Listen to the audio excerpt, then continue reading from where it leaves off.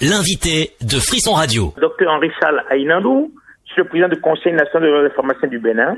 Qui peut importer et distribuer des médicaments? D'abord, il faut savoir que c'est exclusivement les pharmaciens et les grossistes pharmaciens. Donc, qui doit détenir une certaine quantité, une certaine liste des médicaments. Donc, n'importe qui ne peut pas se lever et importer des médicaments. Et quels sont les critères? Les critères, déjà, il faut avoir une société de grossisterie. C'est assez pointu. Ça exige d'abord un certain savoir-faire. Et puis, il faut avoir la compétence d'être pharmacien d'abord. Et un pharmacien ne peut pas se lever non plus et commander comme ça, à moins qu'il ait une officine. Donc, quand vous êtes pharmacien, vous devez d'abord être inscrit à l'ordre des pharmaciens.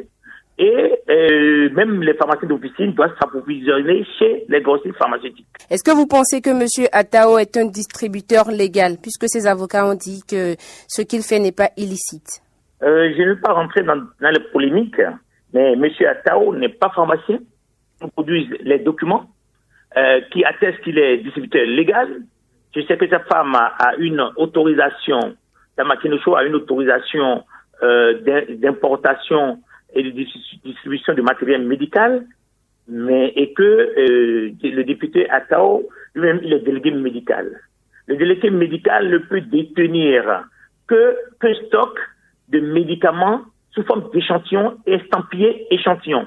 Je pense que si M.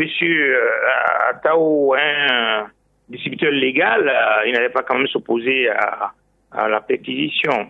Ce que je voulais dire, seuls sont habilités à importer des produits et spécialités pharmaceutiques, des oeufs de pansement et tout autre article présenté comme conforme à la pharmacopée de la République du Bénin, les établissements pharmaceutiques grossistes et les pharmacies propriétaires d'officines agréées. Et donc, par rapport à cela, je disais que M. Atao doit nous produire les documents d'autorisation de mise à consommation comme l'ont dit ses avocats. Et comme je vous l'ai dit tout à l'heure, seuls les grossistes, répartiteurs et les pharmaciens sont habilités à le faire. Donc il y a, entre autres exceptions, il y a les hôpitaux confessionnels, le Centre national hospitalier universitaire et les hôpitaux confessionnels. Voilà un peu ce que je peux vous dire par rapport à cela. Mais je ne suis pas de la police, je suis pharmacien. C'est juste les preuves que nous allons avoir par rapport à ce que son avocat dit. Merci beaucoup, monsieur. C'est moi qui vous remercie.